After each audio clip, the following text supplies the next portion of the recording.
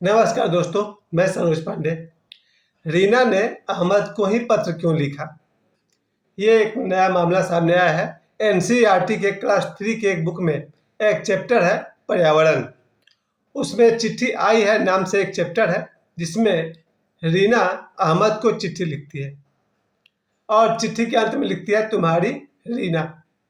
अब इस बात में ये देखा जा रहा है कि एनसीईआरटी के पुस्तक में जब पर्यावरण के नाम से जो चैप्टर है तो उसमें रीना अहमद को ही चिट्ठी क्यों लिख रही है? अविनाश को क्यों नहीं? किसी आदर्श को क्यों नहीं? अमर को क्यों नहीं? कहीं ना कहीं इसके पीछे ये संदेश और ये अंदेशा जताया जा रहा है कि कहीं ना कहीं बच्चों को बचपन से ही लव जिहाद के पाठ पढ़ाए जा रहे हैं। जी हाँ, ये बहुत ही गंभीर मामला है।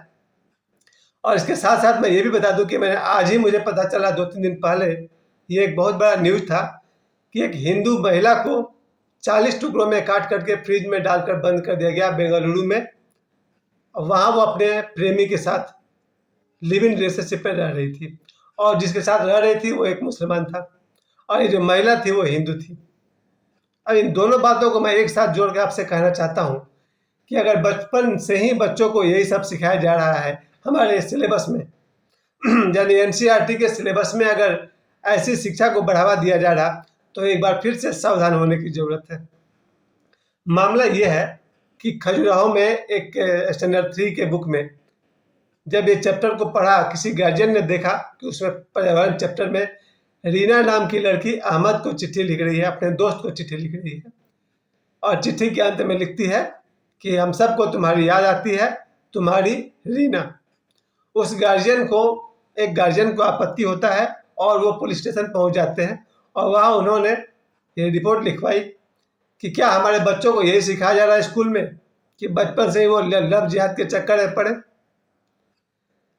बात जरा विचारणीय है, सोचने वाली बात है। क्या वास्तव में ऐसा ही कुछ विचार है? हो भी सकता है, क्योंकि इन दिनों जो आसपास में जो न्यूज़ चल रहा है और सालों भर ऐसी खबर मिलती रहती है, जैसे मैंने अभी आपको बताया कि एक हिंदू महिला की 40 टुकड़ों में कटी हुई लाश फ्रिज में रखी हुई मिली बेंगलुरु में। इसका मतलब कि लव जिहाद का मामला पूरे देश में फैल चुका है और अगर उसकी बुनियाद को हम स्कूल के सिलेबस में रोपेंगे तो इसका परिणाम कितना बुरा होगा। अब ये मामला पूरे देश में समझिए तूल पकड़ चुका है। जब बाबा बागेश्वर ने इस विषय पर बोला तो मैं तो बाबा बागेश्वर को पहले मैं उनको सुना, 2 बार सुना, 3 बार सुना और पूरी बात को मैं समझा और मुझे ये समझ में आ रही है कि जिस गार्जियन को ऐतराज हुआ कि हमारे बच्चे स्कूल में जाकर क्या सीख रहे हैं। अगर आज मैं अपनी बात कर रहा हूँ, मेरी बच्ची आज कम से कम 3 सालों से स्कूल नहीं जाती है, क्योंकि उसे भी ये बात कहीं ना कहीं दूर से दिखाई पड़ना शुरू हो गया है। जैसे ही बच्ची ने 12, 13, 14, 15 साल में कदम रखा, उसको दिखने लगा कि स्कूल में, सिलेबस में, पढ़ाई में, अभी कल ही की बात है, मेरी बेटी बता रही थी कल की उसके क्लास 9 के हिंदी चैप्टर में वोदका के विषय में कुछ था। तो मेरी बेटी ने मुझसे पूछा ये वोदका क्या होता है? तो मैंने कहा भाई एक तरह का शराब होता है। तो हमारे सिलेबस में शराब के विषय में बच्चों को पढ़ाया जा रहा। ये मेरा अपना देखा हुआ चीज़ है कि अगर क्लास 9 के हिंदी में वोदका शब्द का के बारे में बात की जा रही है तो बच्चे के मन में जिज्ञासा तो उठेगी। और जैसा कि आज का मामला है कि रीना ने अहमद को ही पत्र क्यों लिखा, ये रीना और अहमद की दोस्ती दिखा करके लोग क्या सिखाना चाह रहे हैं हमारे बच्चों को। इससे ज़्यादा दुखद बात तो मुझे ये भी लगी जब शिक्षक दिवस के अवसर पर स्टेज पर डॉक्टर राधा कृष्णन का वो बैनर लगा हुआ है, किसी स्कूल का प्रोग्राम हो रहा और उसमें बच्ची एक डांस कर रही है, आज की रात यानी स्त्री 2 फिल्म का वो गाना पर डांस हो रहा है। उस बच्ची ने, जो मुश्किल से 8 साल की बच्ची रही होगी, एकदम भद्दे कपड़े पहने हुए थे जैसा कपड़ा उस फिल्म में उस हीरोइन ने पहना हुआ है और वो गाना वो लड़की नाच रही है, आज की रात हुस्न का मजा लीजिए। टीचर्स डे का कार्यक्रम चल रहा है, स्कूल का कार्यक्रम है, स्कूल में बैनर लगा हुआ है पीछे डॉक्टर राधा कृष्णन का और टीचर्स डे के दिन में बच्ची डांस कर रही है और गाना क्या है, आज की रात हुस्न का मजा लीजिए। वैसा ही वो भद्दा ड्रेस है और बच्ची हमारी नाच रही है।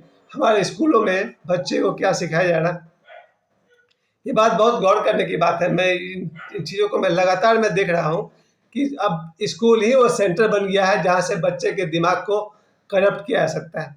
अगर बच्चों के दिमाग को खराब करना है तो स्कूल को ही पकड़िए, वहाँ से बच्चे का जीवन खराब हो जाएगा।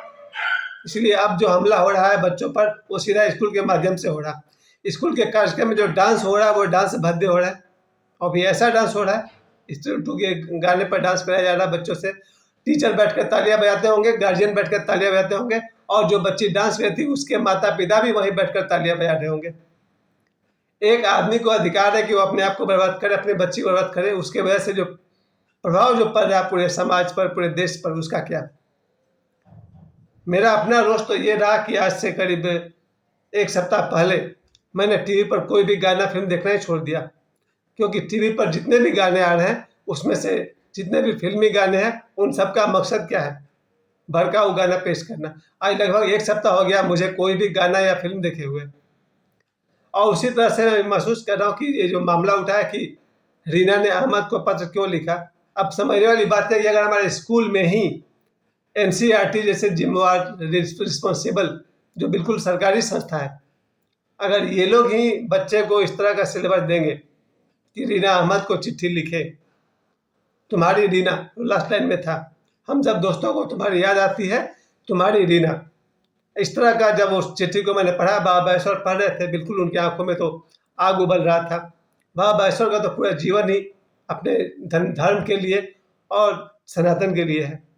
और उसके साथ साथ मुझे भी जो है महसूस होने लगा जब मैंने सुबह में इस वीडियो को देखा कि हिंदू महिला को 40 टुकड़ों में काट करके फ्रिज में रख दिया गया। जरा सोचिए, मामला वहां भी वही था। कैसे भ्रष्ट बुद्धि की वो महिला रही होगी जिसने अपने पति को त्याग करके किसी मुसलमान लड़के से दोस्ती कर लिया। ये मामला बहुत पुराना नहीं है, शायद 2-3 दिन पुराना मामला है ये। एक उस महिला जो हिंदू महिला थी, उसका दिमाग कितना भ्रष्ट हो गया होगा कि अपने, उसके पति का मैंने इंटरव्यू भी देखा, उसके पति वो इंटरव्यू दे रहे थे, तो उस भ्रष्ट महिला की हिम्मत तो देखिए कि अपने पति को छोड़ करके, उसकी एक बेटी भी है, पति को छोड़ करके, बेटी को छोड़ करके किसी मुसलमान लड़के के साथ भाग गई, और वहाँ होटल में कुछ दिन तक रही, और वहाँ होटल में फ्रिज में उसके लाश के शरीर के 40 टुकड़े करके फ्रिज में डाला हुआ मिला।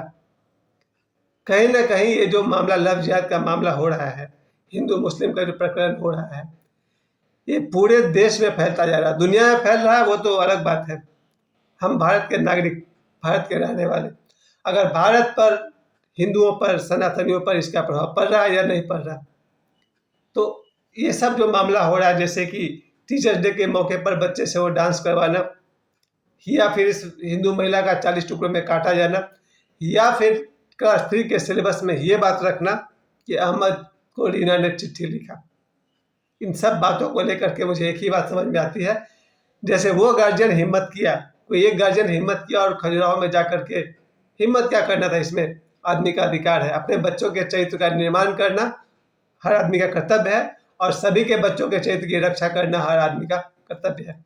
जिस तरह से एक गार्जियन आगे बढ़ा और पुलिस स्टेशन में रिपोर्ट लिखवाया, उस आदमी ने अपनी बात भी कही कि मुझे ऐतराज है कि इस तरह की शिक्षा एनसीईआरटी के थ्रू हमारे बच्चों को दी जा रही है, और ऐसी मांग की है, बाबा बागेश्वर ने मांग की कि इस सिलेबस को वापस लिया जाए, और जब रीना चिट्ठी लिख रही है तो अहमद को नहीं, आदर्श, आदेश, अविनाश, कोई भी नाम वहां देते।